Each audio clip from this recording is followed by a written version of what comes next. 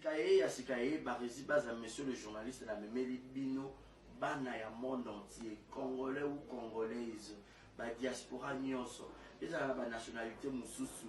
Toi qui me suis, vous avez la Brazzavillois, Camerounaise, Camerounais, partout.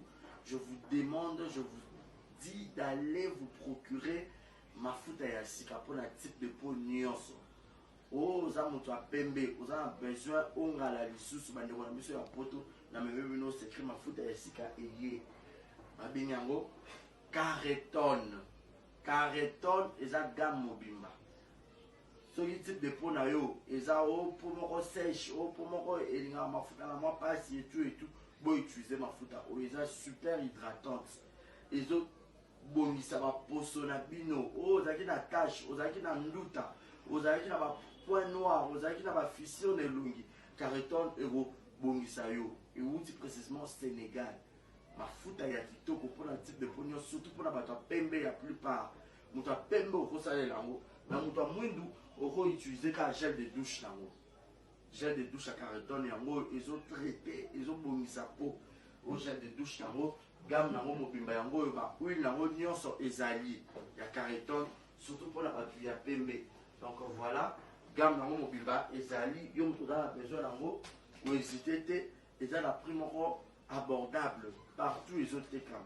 Et puis faut autant là ce bomoni caché o eza na simate ko sombate pour ba fond nango pe comme ebele mais original eza caché na sima. So vous appelez Express Gold.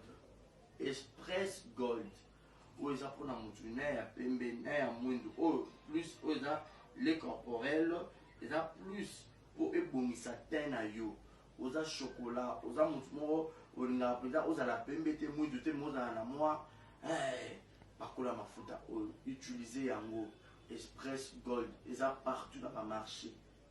Express Gold oyokanga bien popesa nga confiance bato nanga eza gamme mobimba bato tu bolinga ngai eza ya bato ya chocolat eza ya bato mpe ya pembe.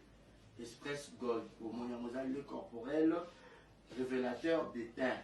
Ils ont traité type de peau nyonso oza mwindu makasi moko mama chocolat to motika kala mwa mwindu na gel de douche nango pe yango osokoli nango pendant une semaine boyo opesanga boyo betelanga lisolo barezo kosa biso te bomoni yango oyo hésité te. Express Gold eza partout dans le monde, partout, surtout à la Kinshasa yo moto apoto oza na besoin balivre yo obenga numéro nanga na yebisa o place ni orozo yango ndenge mpe bakotindela yo pour que balivre le yo.